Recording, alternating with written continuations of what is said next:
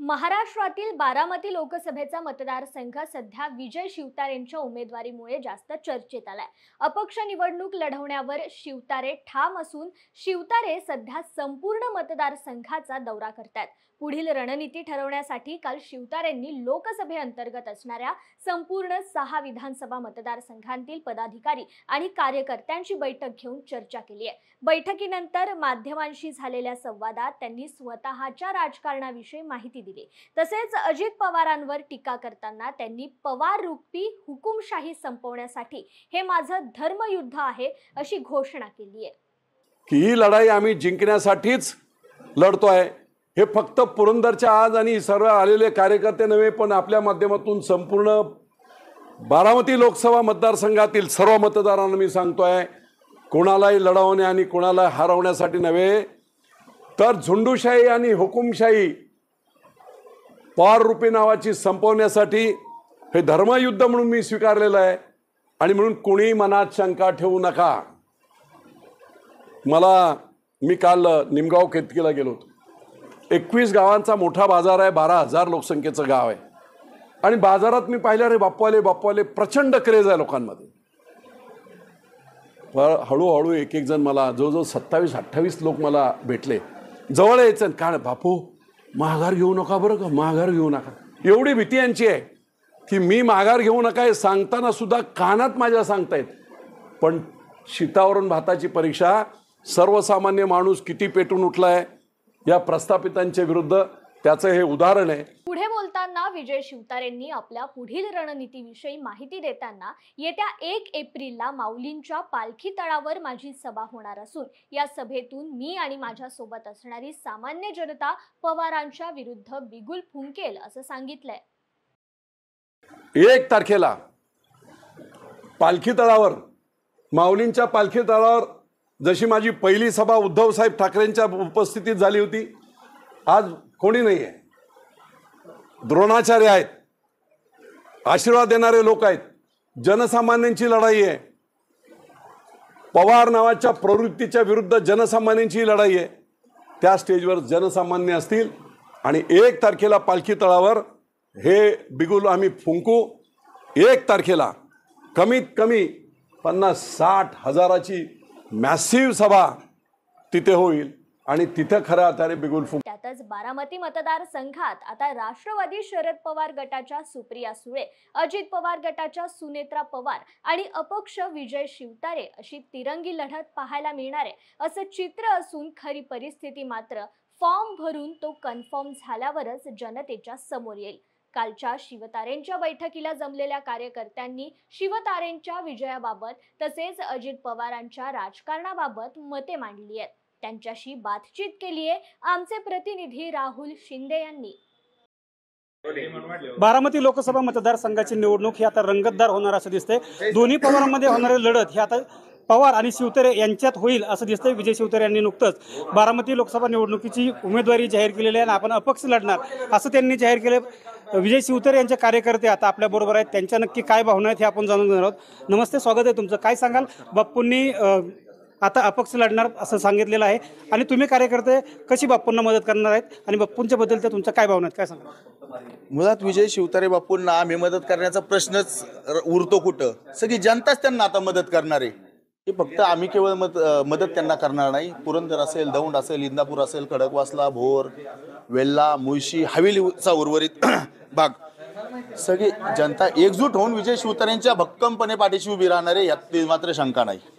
युतीचा धर्म आहे, बाप्पूंनी युतीमधून उभं राहायला पाहिजे किंवा युतीला सहकार्य करायला पाहिजे असं म्हटलं जाते। अजित पवारांना याचा मोठा धक्का बसणार किंवा दणका बसणार आहे, अजित पवारांची मतं कमी होणार आहेत। काय सांगाल, बाप्पू निवडून येण्याबद्दल तुम्हाला किती खात्री वाटते?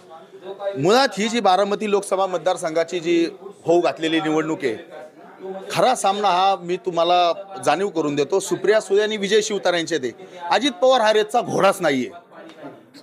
जो घोडा रेसला पळणारच नाही त्याच्याबद्दल तुम्ही चर्चा करण्याचा अर्थच नाहीये।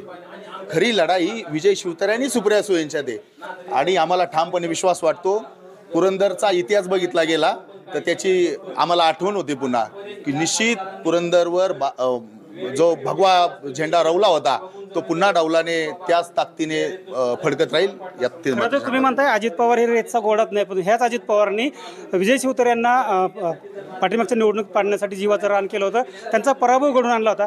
मग अजित पवार रेतचा गोडा नाहीत हे कशाच्या आधारावर तुम्ही म्हणता? मुळात हा तुमचा प्रश्न चुकीचा आहे. 2019ची होऊ घातली जी निवडणूक झाली होती त्यावेळेस ही पुरंदरची जागा ही राष्ट्रवादीची होती.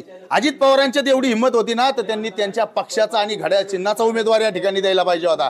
त्यांच्यात ती हिंमत नव्हती. विजय शिवतारेंना हरवण्यासाठी 5 आणि 6 पक्षांची त्यांना मदत घ्यायला लागली होती. हे तुम्ही विसरलात का? विजय शिवतारे एवढा कमकुवत नाहीये. विजय शिवतारेंना हरवण्यासाठी अजित पवारांना स्वतःचा तह करावा लागला आणि ती जागा काँग्रेसला सोडावी लागली. संजय जगताप जरी आमचे वैचारिक विरोधक असले तरी आम्ही आमची बघू खालच्या खाली भाऊभावांची सुद्धा भांडणं होतातच ना. ते आमचे राणी दुश्मन नाहीत, आमचे शत्रू नाहीत, ते सुद्धा आमचेच आहेत. चंदू काकांचा विधान परिषदेला जो पराभव झाला होता ना त्याचा बदला विजय शिवतारेंचा कार्यकर्ता घेणार आहे. अजित पवार आणि शरद पवारांना सुट्टी नाही. 100% बारामती लोकसभेचा खासदार अपक्ष उमेदवार नरेंद्र मोदी विचार मंच या संघटनेचा उमेदवार विजय बापू शिवतारे असेल. खरं तर अजितदादांच्या ताकदच नाही किंवा अजितदादा हे रेतचा गोडा नाही असं म्हणतात कार्यकर्ते. काय सांगाल बापू आता विरोधात उभे राहत आहेत, अजित पवारला टक्कर देणार आहेत, बापूंचं असं म्हणणं काय सांगाल? बापूंचं असं म्हणणं आहे, बापूंच्या पेक्षा कार्यकर्त्यांचं पुरंदरच्या जनतेचं असं म्हणणं आहे की पवार कुटुंबियांनी फक्त बारामतीचा विकास केला. त्यांनी जर पुरंदरचा विकास केला असता तर शिवतारेंना अपक्ष उभं राहण्याची गरजच पडली नसती किंवा पुरंदरला त्यांच्या विरोधात जाण्याचा प्रश्नच उद्भवला नसता. पवारांनी फक्त त्यांची बारामती बघितली, बाकीचे 6 मतदारसंघ त्यांनी असे वाऱ्यावर सोडले. त्याच्यामुळं त्यांना आता त्याच्या विरोधाला त्यांना सामोरं जावं लागते. पाठीमागच्या खासदारांनी काय काम केलंय का? त्यांच्या कामाबद्दल तुम्ही समाधानी आहात का? काय सांगा? मागच्या खासदारांनी त्यांचे काय फक्त बारामतीच बघितली. त्यांना जर पुरंदरचा किंवा बाकीच्या तालुक्यांचा विकास करायचा असेल तर त्यांनी पाण्याचा प्रयत्न केला असता, विमानतळाचा केला असता, कुठलं बाजार समितीचे त्यांचे केले.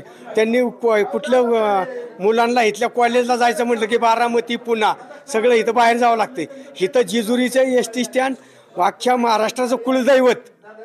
महाराष्ट्राची लोक जेजुरीच्या ठिकाणी येतात, तिथं कचरा कुंडी ह्याची ST स्टँडची आणि बारामतीचं एसीचं ST स्टँड झाले. म्हणजे त्याच्यात फरक त्यांनी इतका म्हणजे दुजा भाव केलेला आहे. त्याच्यात नवीन आलेल्या खासदारांनी पुरंदरचे कुठली विकास कामं करावीत काय वाटतं तुम्हाला? नवीन आल्या खासदारांनी सगळे जसं बाकीचे तालुके पाणी महत्व पुरंदरला पाण्याचं फक्त महत्व पाण्याचं आहे. पाण्याचा गुंजवणीचा प्रश्न त्यांनी मार्गी लावला तर सगळे झाले होते ना. हो का? खासदार सगळे सारखे असतात किंवा आमदार बी सारखे असतात, परंतु त्यांना कुठेतरी वरनं अंकुश असतो. कुणालाही वाटत नाही पुरंदरला जे आमदार झाले असतील, खासदार झालेले असतील, मला ते काय बोलायचं नाही, परंतु जो काय वरचा अंकुश असतो का नाही त्यांना, तो अंकुश नडत गेला तालुक्याला. प्रत्येक ठिकाणी वरचा अंकुश नडतो आणि ह्या अंकुशाची ताकद सहन करण्याचे फक्त विजय बापू शिवतारे. कुणी बी अंकुश मारा, बापू फिरू शकत नाही. बापू हा पुरंदरचा एक हत्तीसारखा माणूस आहे, जबरदस्त. कसले बी अंकुश मारा, बापू मागं सरू शकत नाही, असं मी 100% सांगतो. आणि पुरंदरचा विकास तर करतालच बापू, पण बारामतीचा सुद्धा विकास करायचा आहे राहिलेल्या लोकांचा, असं मी ठामपणे सांगतो. जी बारामतीची उर्वरित लोक आहेत ना, पाण्या वाचून वंचित राहिलेली बारामती, असं समजू नका सगळाच बाग आहे ती बाग आहे म्हणून. लय खराब बाग आहे. काय काय ठिकाणी बारामती ती उंडवडी फिंडवडी बघवत नाही. इथं तुमचं चौदरवाडीच्या आसपास कानाडवाडी असेल, पळशी असेल, अति वाईट बाग आहे. परंतु त्याचं सगळ्यांचं म्हणणं आहे, जर बापूचं मंत्री झाले, निवडून आले, तर आमच्या बारामतीतून राहिलेला भाग कोणाच्या हातून राहिला असेल ती मला नाही सांगता येणार, पण बापू तो सकल बाग करत्याला आणि रूपसुंदर करत्याल त्याला. अगदी असं त्याला पुरंदरचा काय विकास करायला पाहिजे बापूंनी काय सांगाल? पुरंदरचा तर विकास झालेलाच आहे. फक्त ऑलरेडी पुरंदरमध्ये काय झालंय, विकास पाणी असलं की विकास होतो, पाणी असलं की विकास होतो. आणि बापूच्या ध्यानात एक आहे, विकास मी करून काय करणार, नुसत्या इमारती बांधून आमकं बांधून, पाणीच नाही तर काय करायचं. तर बापूला मूळ पाण्याची गरज आहे तालुक्यात आणायची. आणि ज्यावेळेस पाणी हे जीवन हे बापूंनी ठरवून केलेलं आहे. पाण्याशिवाय जनता जगू शकत नाही आणि त्याचा उत्कर्ष होऊ शकत नाही. असं बापूंनी धरण पूर्ण केलं की आता काय राहिले? बापू आता आहे का ते सारखं तुम्ही तीनदा विचारता आता बापूने धरण केलं म्हणजे आम्ही सारखी टीकाच करत राहायचं का हो पवार घराण्यावर? ही सगळ्या दुनियाला माहिती. बापूच काय का अख्खी दुनिया बोंबलते. अजितदादांनी काय केलं, नळ्या कुठनं आणल्या, पाईप कुठं गेलं, अहो काय चाललंय. खालची लोक बोलतात की आतापर्यंत जर बापू असतं ना तर पाणी आलं असतं. आज तुम्हाला सांगतो 100% मेंढपाळ लोक आज दहदया डोक्यातनं निघतात, त्यांच्या डोळ्यातून पाणी येते. दुसरी गोष्ट, ह्यांनी काय ठरवलं, तालुक्यातला माणूस असा मोठा होऊन द्यायचा नाही, यांच्या पक्क टार्गेट डोक्यात. आणि जेवायचं तर फक्त आपणच जेवायचं. मला सांगा तुम्ही, शरदरावनी सांगितलं की मी लक्ष देईल पुरंदर तालुक्यावर, पण साहेब गेल्यावर असं का घडलं? ह्याला कारणीभूत कोण? इथला कारभारी कोण? हा विषय मोठा आहे ना. ही जनतेच्या सगळं लक्षात आलंय म्हणून ही रान पेटले. बापू रान पेटवता हा विषय नाही. बापूला जनतेने उठवलंय. बापू कोणतरी आता आमच्या पुढं व्हा. एखादा सरदार म्हणून बापूला नेमलंय, जनतेने नेमलंय. बापूला काही घेणं देणं नाही. यावेळेस तुम्ही बापूला निवडून आणताय? 100% बापू निवडून येणारच. आणि बापू फक्त जनतेकरता लढतं एवढं मी 100% सांगेन. शिवधरेंचे आणखी काही कार्यकर्ते आपल्या बरोबर आहेत. काय सांगाल, बापू आता निवडणूक लढवत आहेत, काय सांगाल तुम्ही? बाप्पू आता निवडणूक लढवतात, पक्ष उभे राहणार आहेत. बाप्पू जी म्हणतील ते आम्ही त्यांना साथ देणार पूर्ण. बाप्पू म्हणतील ते आमची भूमिका राहणार, बाप्पू म्हणतील ते आमचं धोरण राहणार. कारण ह्या बारामती लोकसभेमध्ये सुप्रिया सुळे यांनी जेवढी कामं केली आहेत त्याच्या दुप्पट कामं बापूंनी फक्त पुरंदर विधानसभेमध्ये पूर्ण केली बापूंनी. त्यामुळं सुप्रिया सुळे जी काम कोणतीच कामं केली नाहीत त्यांची, म्हणजे अशी कामगिरी पण नाही की जे आमच्या पुरंदर तालुक्यामध्ये बापूंनी कामं केल्यात. आज तिथं सुप्रिया सुळेंनी स्वतःचे बोर्ड लावल्यात. म्हणजे आपण म्हणतो आयते बिळा जसं नागोबा, तसं सुप्रिया सुळेंनी आयते बिळा येऊन त्यांचे पाट्या लावलेले आहेत. तसं सुप्रिया सुळेंनी कोणतीच काम केलं नाही. जर आज सुप्रिया सुळेंना पण विचारलं याला निधी किती आला तर सुप्रिया सुळेंना सांगता देखील येणार नाही. पण त्या पाट्या आज तिथं त्यांच्या आहेत. मी म्हणतो त्यांनी स्वतः येऊन तिथले पाटे काढले पाहिजेत. काय सांगाल, तुम्ही पण बापूंच्या पाठीमागे आहात? बापूंनी घेतलेला निर्णय अतिशय योग्य आहे. कारण बारामती लोकसभा मतदारसंघामध्ये एकमेव म्हणजे बारामती तालुक्यामध्येच विकास झालेला या ठिकाणी दिसतोय. इतर कोणत्याही भागात विकास झालेला दिसत नाही. काय ठिकाणी पाण्याचं देखील अवघड आहे, अशी कंडिशन आहे. बारामती पुरंदरमध्ये काय विकास व्हायला पाहिजे? पुरंदरमध्ये केला असेल तो बापूंनीच विकास केला आहे. त्यामुळं कसं सर्वसामान्य जनता बापूंच्या पाठीमागे आहेत. आणि बापू 100% निवडणुकी जिंकणार म्हणजे जिंकणार. आणि बापू बांधतील तेच तोरण आणि बापू घेतील तेच धोरण. सर्वसामान्य जनता बापूंच्या पाठीशी आहे. तुम्ही पण बापूच्या पाठीमागे आहात, काय सांगा? 2019ला आमच्या जनतेची चूक झाली, कारण बापूंना वोटिंग केलं नाही, त्यामुळे बाप्पू आमदार झाले नाहीत. त्यामुळे आमचा आता तालुका दुष्काळात आहे, अख्खा दुष्काळात तालुका आहे. जर बाप्पू मंत्री असते तर गुंतवणुकीचं पाणी आलं असतं, एअरपोर्ट झालं असतं, आमच्या पोरांना रोजगार मिळाला असता, सगळं झालं असतं. पण हे सगळं बिघडून टाकलंय. त्यामुळे आता परत बाप्पू खासदार होणे जे गरजेचं आहे.